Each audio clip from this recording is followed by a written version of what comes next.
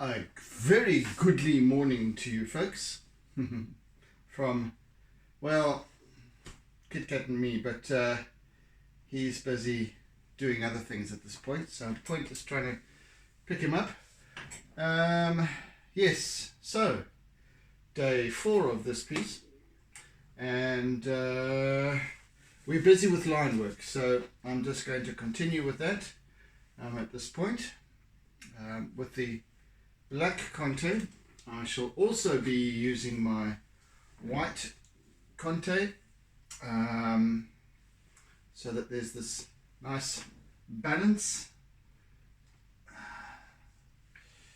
Get you right in the way here, buddy.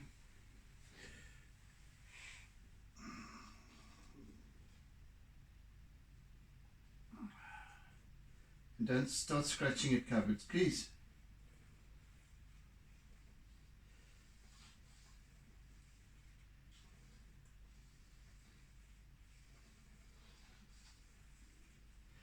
So it's up and down, back and forth, up and down, back and forth with these lines.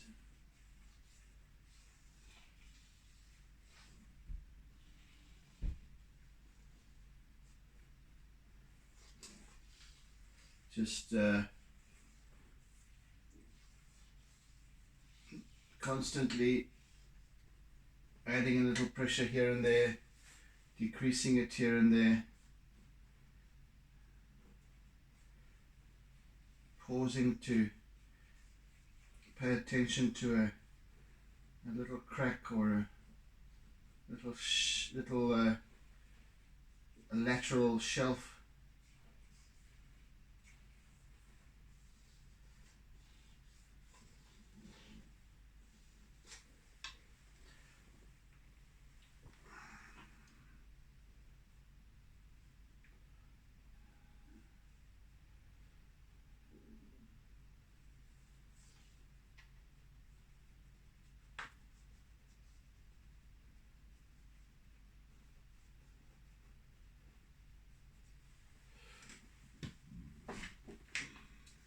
So this will become, and this is why I need the time, this is why I believe I'll never finish today. I don't plan to finish today.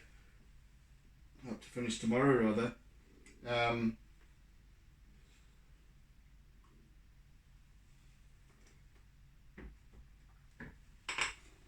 Because it will take all of that time to work through this whole surface. This part and this part over here will be a spider work of line.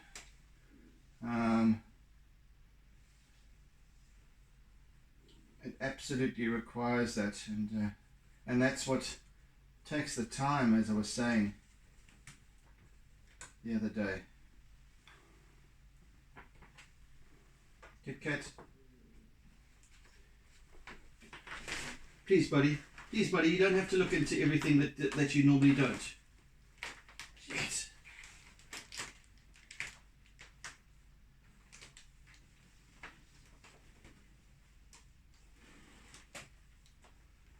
Ah, yes.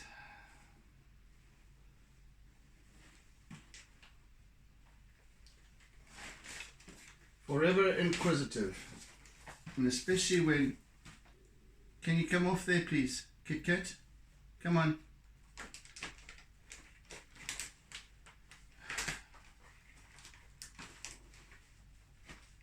Oh, Lordy. You know, just... Kit Kats get so... Well, I don't know. Maybe Kit Kat's from another planet altogether. But,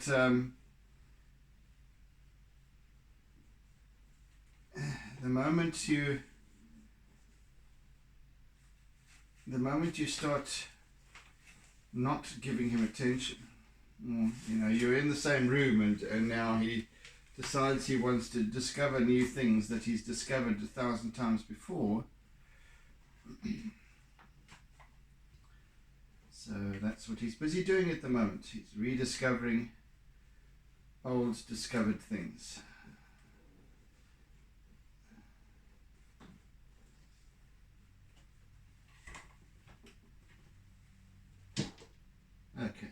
he's had enough of that. Okay.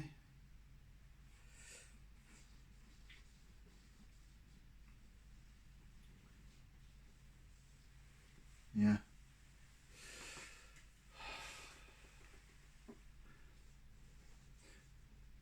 So then, as you can see, or as you will see, this line work will then form its own layer, essentially, over the contrast and the shadow area and all that sort of stuff that's beneath it. Almost like a lattice work or a gauze.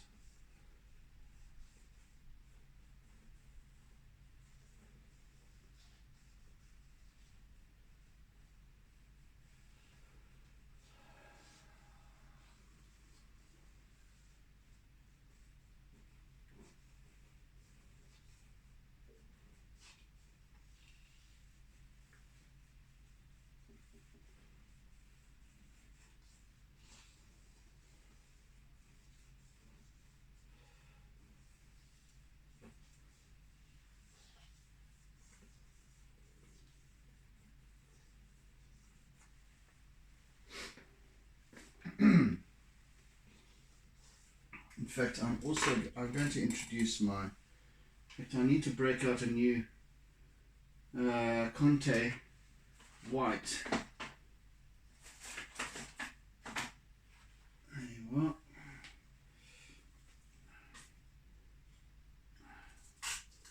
And these I've had for this little box of how many? 12 Contes I've had for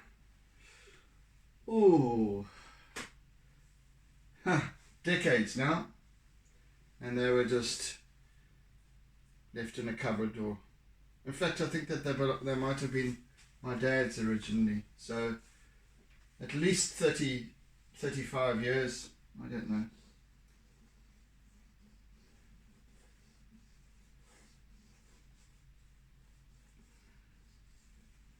Perhaps even more.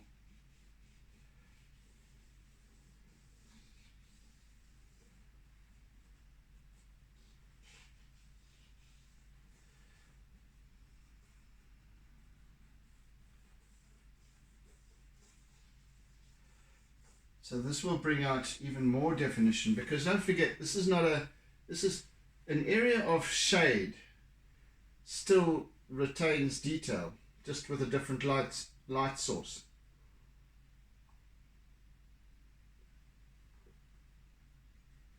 Or rather, a less intense light source, but nevertheless there. You know, sometimes when you look at the sun, when you walk into a more darkened place, and your eyes slowly become accustomed. So when you look at an area like this, which is your flat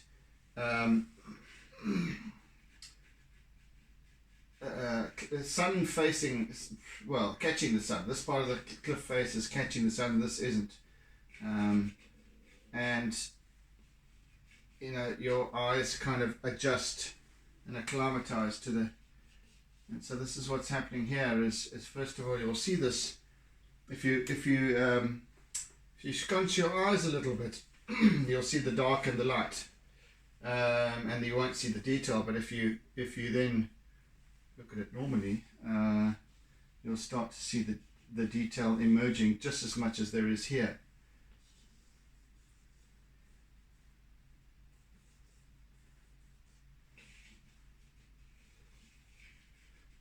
But with regards to my line work now, I might apply more white contour for highlights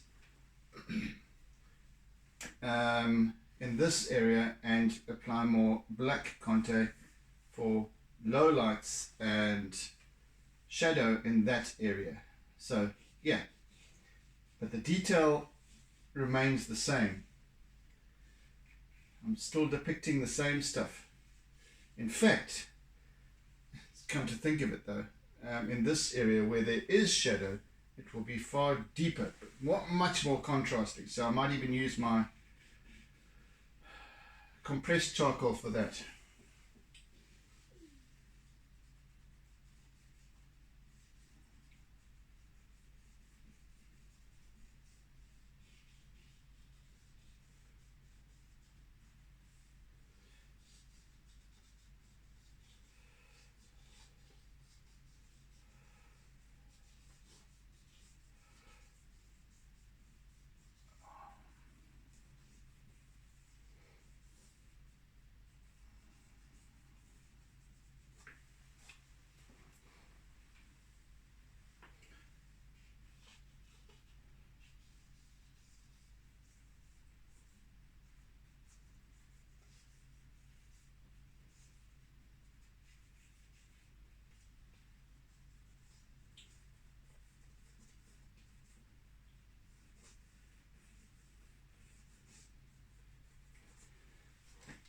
Excuse me.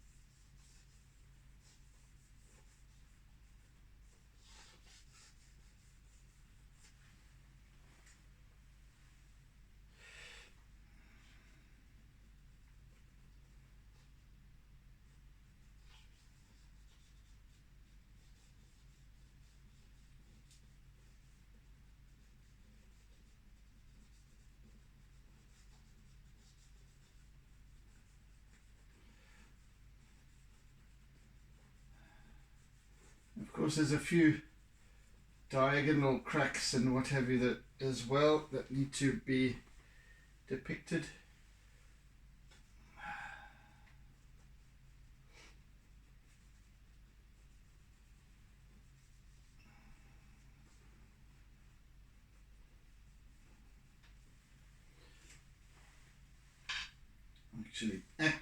Actually, let me now bring in my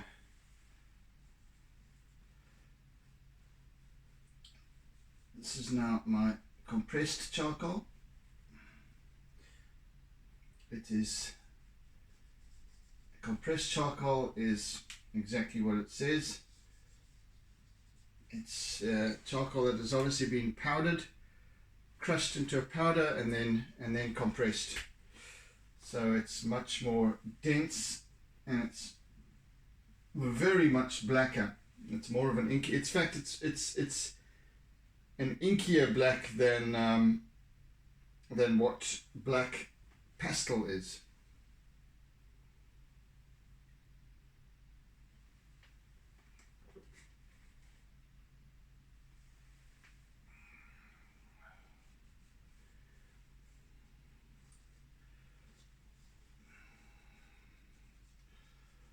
And I use it for just certain parts, not everywhere, but certain spots where I just want to accentuate the blackness, the depth of shadow, or the intensity of shadow. For the rest, the chalk pastel, at least the Conte black, is sufficient.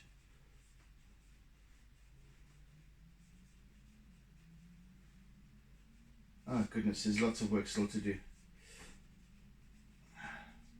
This is quite a slow process.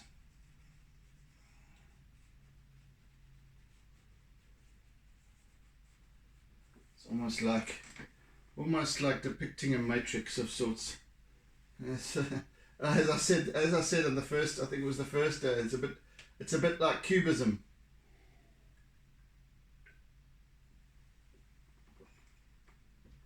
The manner in which rocks part from the surface of the cliff face, it's very kind of vertical, horizontal, almost.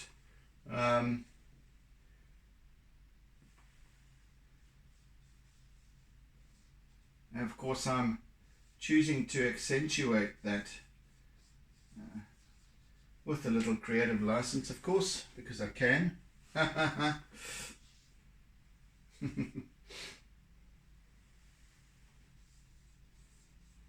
It's my party.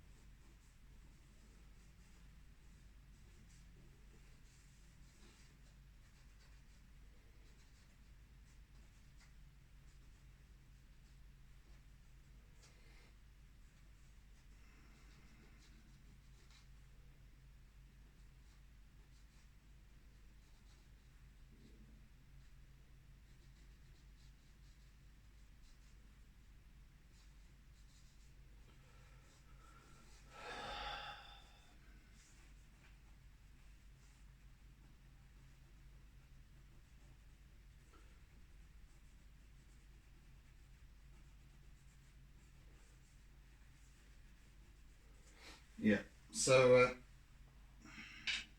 you'll forgive me if I have little to say and little to explain during this time at times. If I'm not engaging in mental meanderings.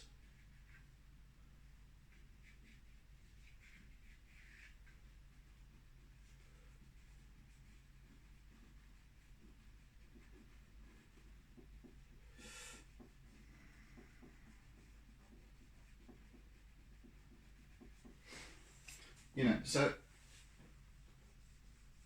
as I've been explaining all along, so the first step is to create the composition. In other words, the negative and positive space used, how it works with regards to its reception and perception, and also areas of light and shade, of contrast. So that's why I began by working up this big mass of shadow area, of this belt of foliage and what have you that's on top of the cliff, working out the angles of line, etc., that enhance the perspective of the piece, etc. All of that stuff that comes first. So that's why it's very maybe difficult to discern as the viewer what really is going on, and it slowly starts to emerge. And as I've been explaining, well, the analogy that I use is like an image buffering, digital image that's buffering and online, depending on bandwidth, etc. And it starts out as a broadly pixeled piece that slowly the pixels become smaller and smaller and smaller, so it takes on definition. And I sometimes find that when you, especially with my internet connection is dodgy at the best of times. At this point I don't have fiber yet, and what I find sometimes is sometimes scrolling through Instagram, for example, and you'll get the little, first of all, you'll get the little arrow, the little circle arrow thing that says tap to display, or something like that, or you'll see this very blurred image that you think, what on earth is that? And then your mind makes up something that it isn't, and then it starts, oh goodness, if that's what it is, as it starts to gain clarity. It's actually it's a little game I play, and to offset the irritation of bandwidth challenges. Anyway.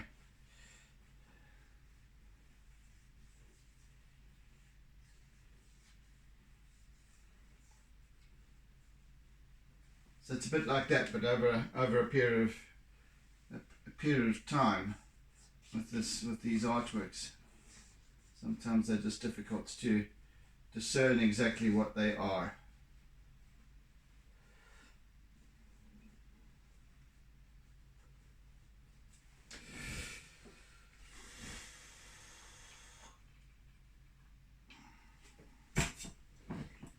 Yeah, the feet, the foot, foot, I don't know. It's a single unit with five arms. The base of this chair is never in the right place.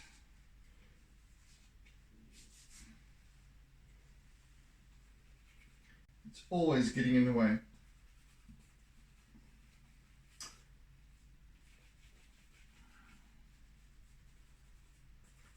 So I'm using a little bit of white Conte, flat edged, to work up this, make this cliff face, the sun facing side of things, just that much lighter.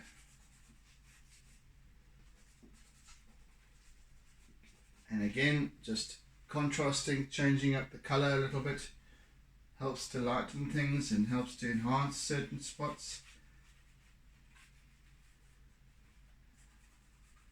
It's kind of a highlighting, but it's just tempering it down. Like I said, I do need to temper some of the color in this piece.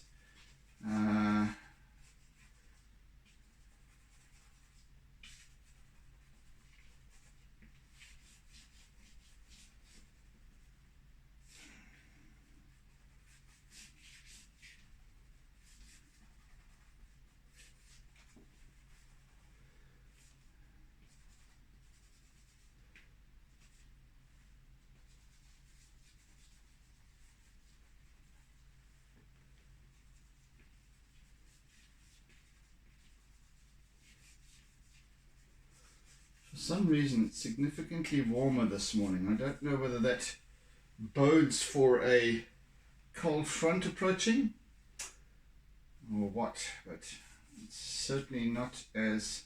I'm just even thinking,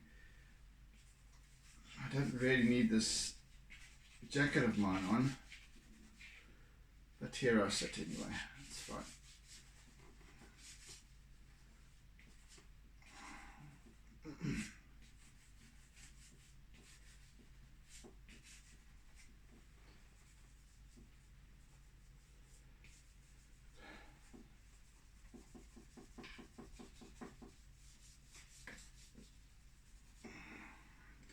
And you'll notice that I am working vertically and horizontally.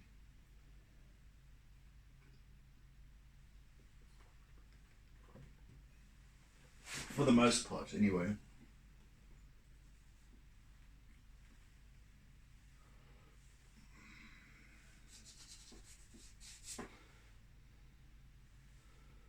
Yes.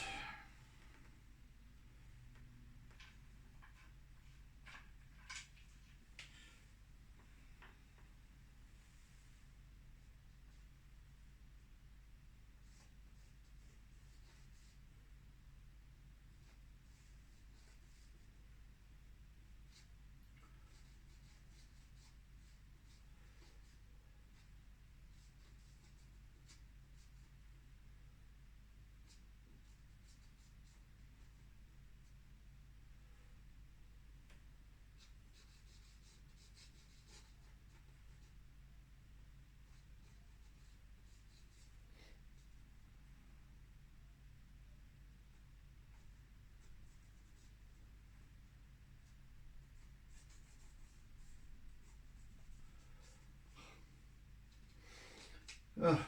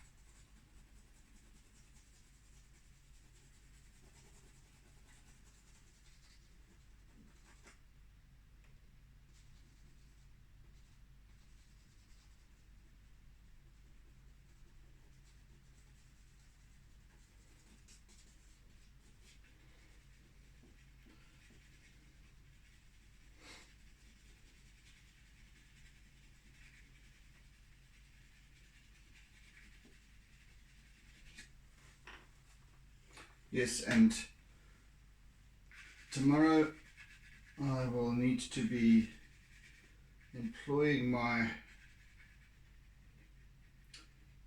eraser once more to subtly blend, add little flecks of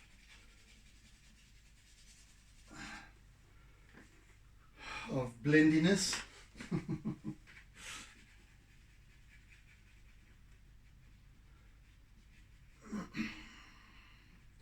So I'm just further creating a little bit of definition. Now here, as I work with the foliage, my technique changes a little bit. So instead of upright and vertical line work, I'm now using little squiggles just to create some definition in the foliage on top here, top of the precipice. Just little squiggly doodly lines. Gosh, the art of the doodle. I really must start teaching that, helping people to discover their inner doodleability.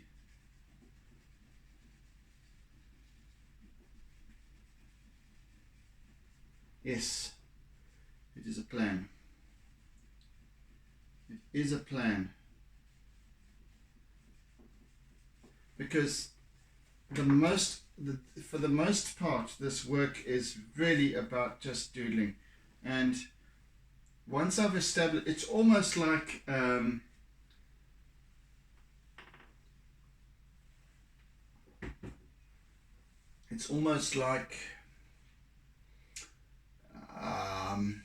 those kiddies books that you would get, those little art books that has the lines, or you join the dots first of all. Join the dots, and then you have this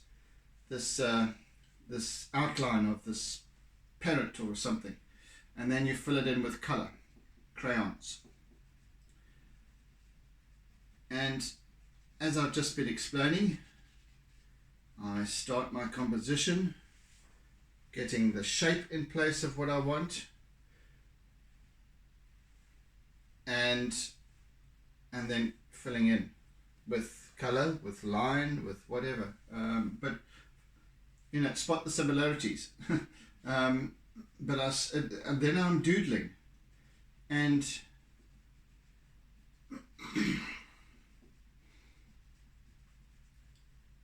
it's as easy as that, but also it's letting go. It's letting go of that control, letting go of those preconceived ideas, the conditioned belief that we are incapable, that we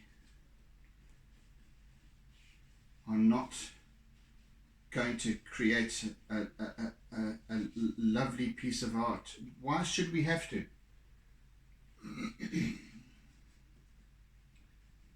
Why should we have to? There was a guy on one of the Facebook groups that I'm on, one of the art groups that I share my work with, some of my work with, and he had posted this. It's all to do with water, seascapes, rivers, whatever it might be, anything to do with water. This group, and he posted this abstract of an abstract. So it's kind of watery, and he was like, I don't know whether I should paint over this thing or what, or another group that I was on didn't respond or didn't get it. I was like, and I did, and I said, each and every artwork, doesn't matter what it is, has a soul, has an essence to it, and that essence is of the artist. I don't believe that because you don't get comment or you don't get feedback, it doesn't mean that it doesn't work. So it's not about getting likes. It's just about exploring it and just letting it form of its own. and I thought it was lovely. I thought this particular little artwork was beautiful in terms of the choice of color, its composition. It really sparked imagination, and I loved it. Others might not, others might hate it, but that doesn't matter. It really doesn't matter. It's the expression, it's the essence of it that matters. It's the soul, it's the life force, the energy. And that's why I just carry on. It's not about whether I can or can't do it, whether I believe in my abilities or not. Just we all have an innate capacity to creatively express ourselves in form, in essence, in energy. We do it in a myriad of different ways, whether it be art, whether it be cross-stitching, whether it be cooking or music or martial arts or whatever it might be. We have form. We express ourselves in this way. In martial arts, a kata is never going to be exactly the same, because we express ourselves in that moment. We let go of having to be perfect, because then it becomes robotic. It's just allowing that flow, letting go. Well, that's my interpretation anyway, of the importance of it all. Because if we don't let go, we immediately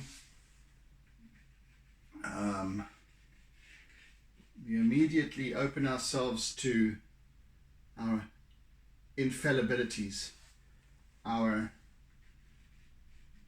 limitations, limiting patterns of behavior, etc. And then we can't, because the ego then kicks in and says, no, you don't have the ability. You're useless. You haven't got a creative bone in your body. You this, you that, you that. And you go, yes, yes, yes, yes, I hear you, and I'll try and find something that doesn't involve anything artistic, even though my very being yearns for it. My very being is creating nevertheless. Like I said, there are so many different ways in which we create, and we are creating all the time. So to harness that, like I said, everyone has the ability to doodle.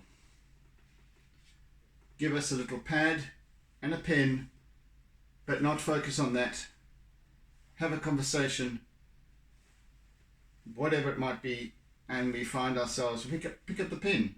Suddenly the pen is in our hand, and suddenly it's making little shapes and circles and triangles and funny things on a page.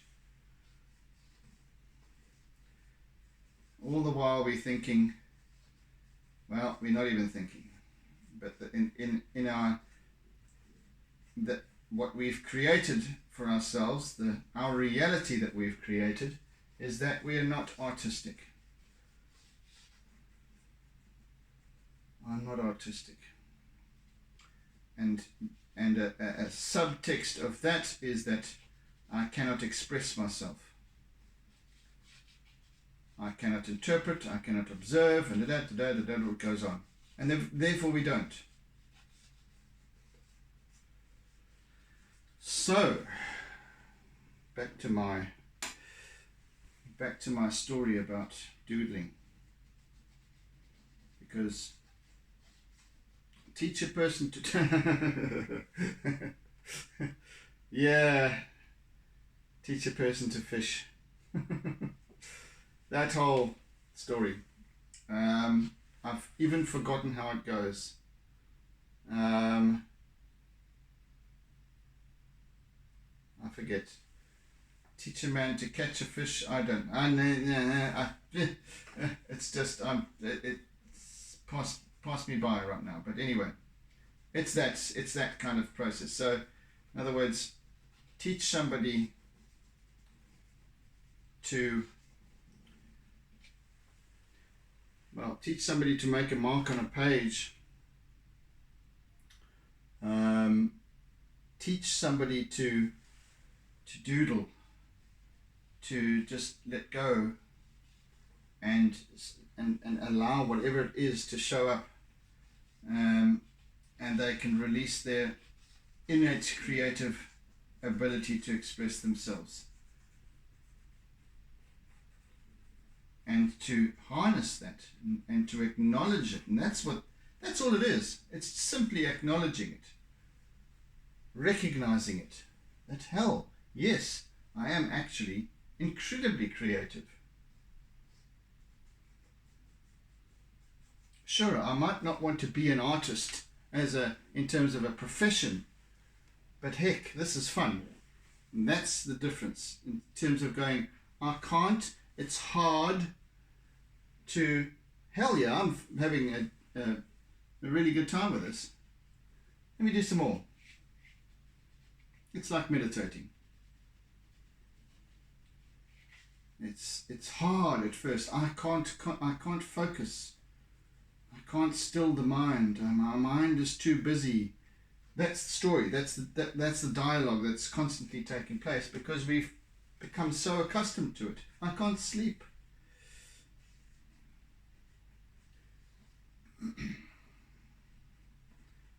So these stories continuously, unconsciously play out. You don't even realize what it's doing to us, how it's limiting us. I mean, I have stories that I've, even if I'm aware of them now, I still have to break down some of these limiting patterns of behavior that I've developed over my lifetime and perhaps inherited as well, in terms of my belief about myself and my abilities and this and that and what have you. I don't disbelieve my artistic ability. There was a point that perhaps I did. All those years spent in advertising, and I was creative. I knew I was creative because I'd chosen that. But at the same time, I went, well, art. I didn't have the confidence in my ability to create an artwork like this. That was just my thinking. Nothing more.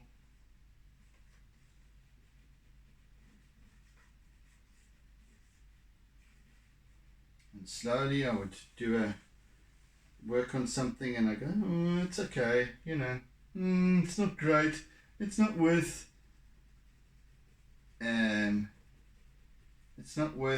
nobody would want to see this in an art gallery. and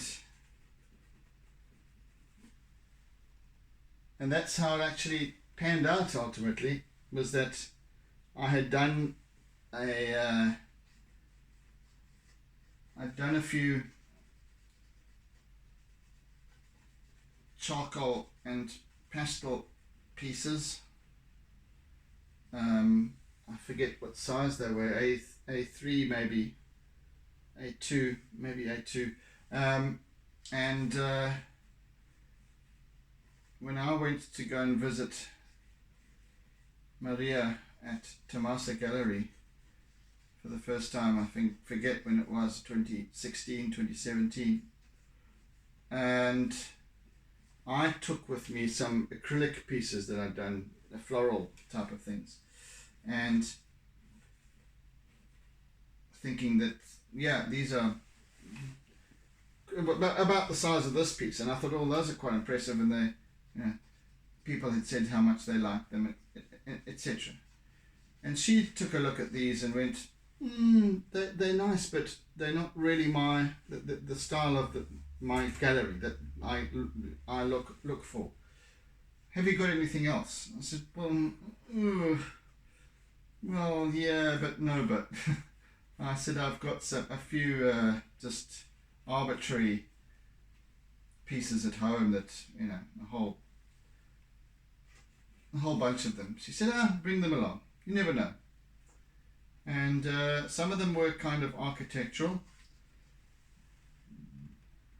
And she very much liked those.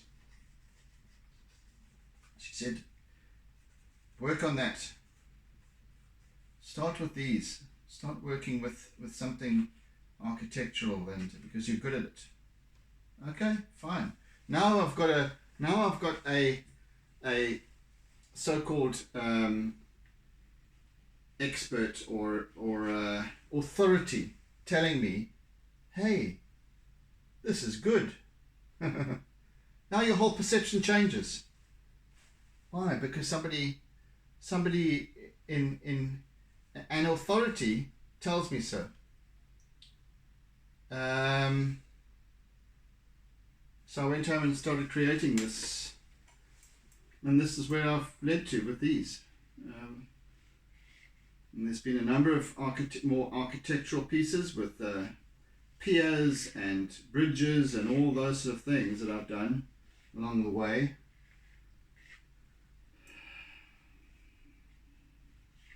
And slowly started to build on my skill set, etc. But predominantly it's about belief. And I then became the authority in my world. And that's for us to choose. Very subtle distinction. Very subtle distinction. My beliefs now are not determined by another.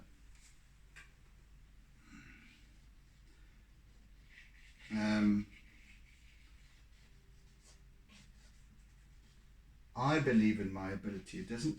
I don't need somebody else now to tell me, hey, this is good stuff, or this is.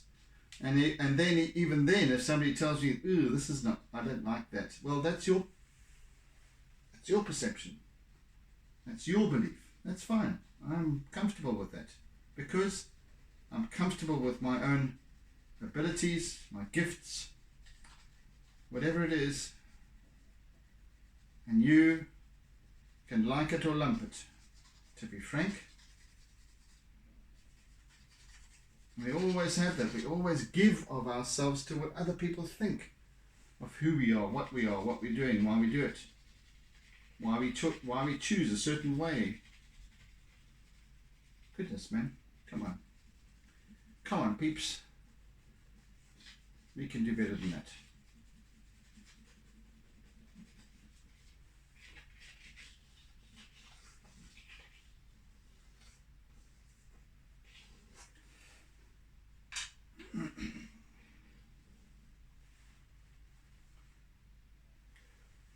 Yeah, I'm yakking away and not keeping an eye on the time properly.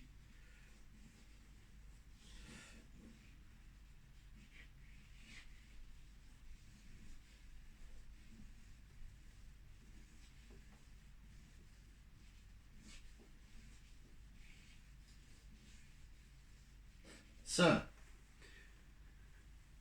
where I use my black is where there is deep shadow, or there's shadow cast, or whatever it is, in the form of line. Where I use my white in the form of line is not necessarily creating highlights, but perhaps the texture of the surface of I can see the surface of this rock face emerging as I simply work up and down with line. Again, I'm keeping to the grain. I'm keeping to the essence, the energy of the rock itself, this dolerite. I have it in mind when I work on it. I have the essence of the flowing water when I work on that. So my technique changes, my energy and how I, this is solid, static. This is flowing, infinite. And therefore my energy of my how I apply myself to depicting it changes.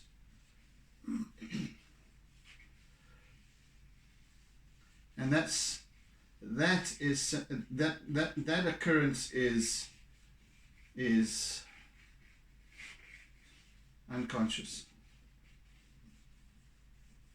I'm simply feeling the place. I'm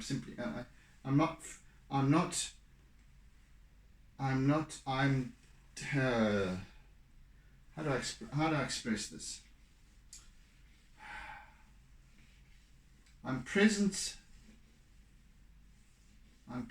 in the literal location rather than the literal artwork.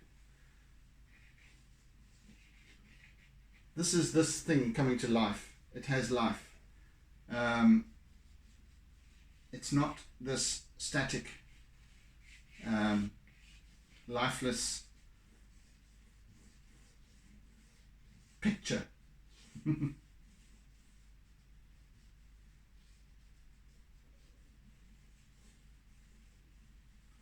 It's like when we have an emotional response to a photograph, for example.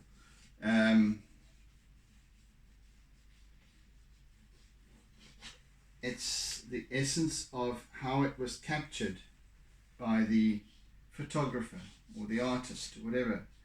It's because they put something into it. Why are some of these images that you see, these photojournalists in these war-torn areas where there's incredible famine and suffering, and they put their emotion into the images that they capture, such that they are so much more poignant.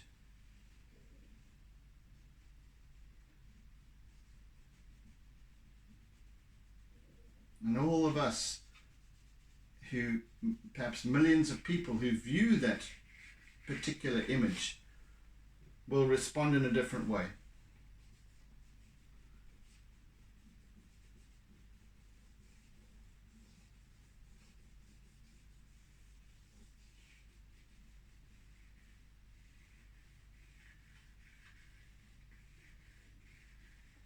But right now I'm actually here at Howick Falls, feeling the vastness of the space that I'm in, feeling the blue of the sky above me, this bowl of blue, this vastness.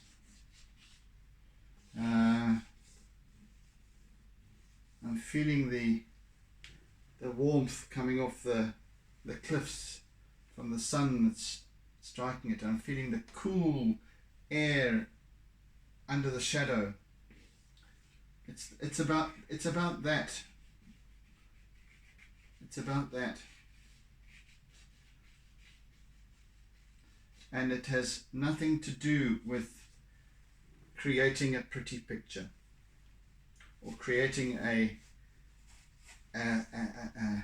masterpiece.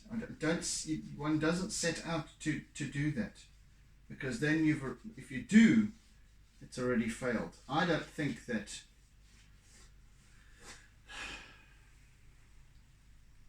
Leonardo da Vinci or Michelangelo or any of these grand and great artists set out with the intention of creating a pretty picture. It was all about expression. It was all about energy.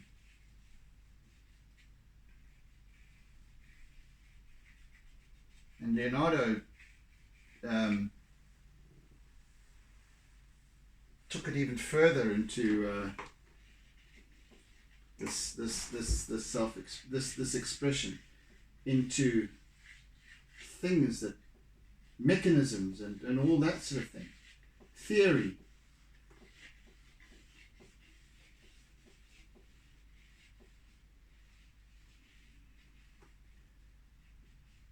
So,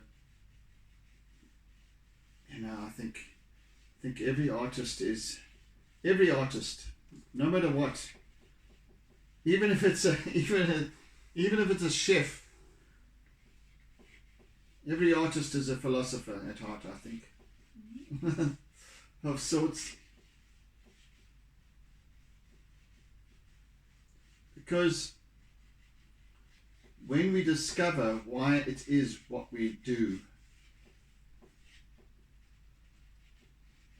then we begin to, in our minds, takes us further and further, deeper and deeper into that why.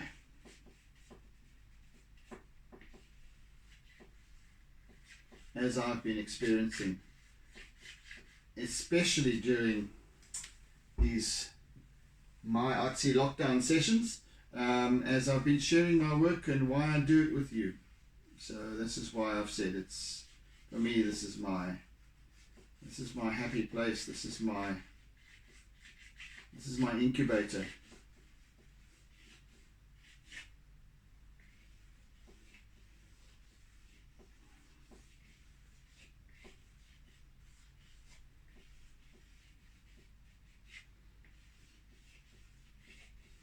And I don't speak in absolutes. I don't suggest that I am right. Because there's no such thing as right or wrong. In essence, there is, of course, right and wrong. But in fact, what I'm trying to say, I guess, is that there wouldn't exist. One wouldn't exist without the presence of the other. But in terms of what I'm saying, I don't suggest that you should believe what I say. Don't believe a word I say. Question it. Establish its validity. Establish, contemplate why you choose what you choose, why you disagree, or why you agree. What is it about my makeup that says, yeah, I believe that? Why?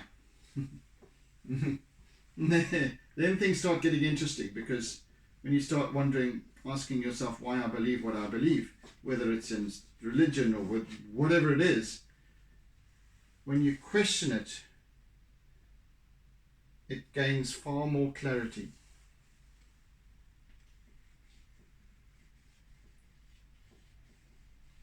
If you simply accept it, because you're accustomed to accepting everything that you're told, well, hey, then you're going to get into deep water.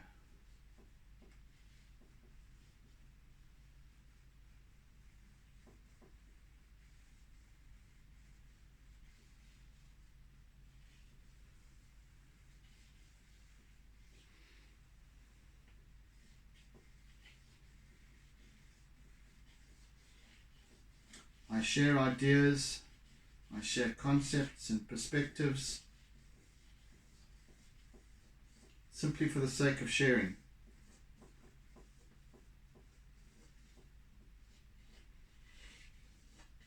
I don't have the right to dictate to anybody how they should act, react, feel, be.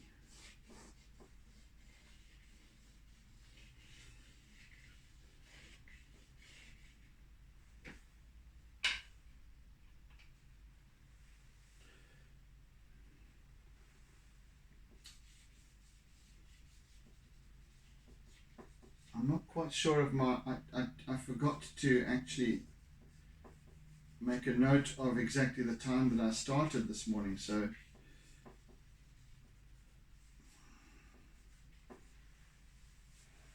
I'm either going to run overtime or cut myself short. I'll only find that out after I've completed today's session.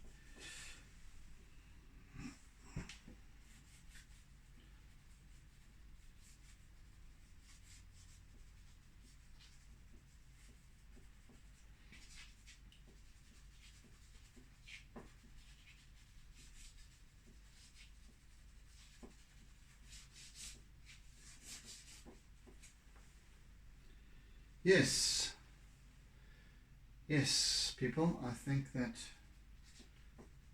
we are well on the way to something interesting. Anyway, if it isn't already. So, I think I'll wrap it up for today. Couple of minutes under, couple of minutes over. I don't know. But we've made good progress today, and I'm quite happy with that progress. So, yes, thank you for joining me today, folks. And once again, please do share and hit the bell icon and subscribe and all that sort of stuff if you haven't. Please. Yes, it's very much appreciated. So your presence is appreciated. Your comment is always appreciated as well. I really enjoy engaging with you guys as to how. But your thoughts, simple as that. Anyway, have a fantastic day further.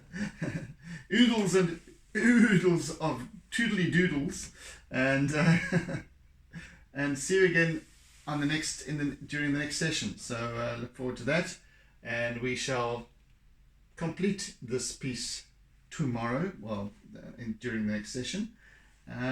Yes, so have a fantastic day further, people, and be good, be safe. Bye. Doodle. Doodle doodle.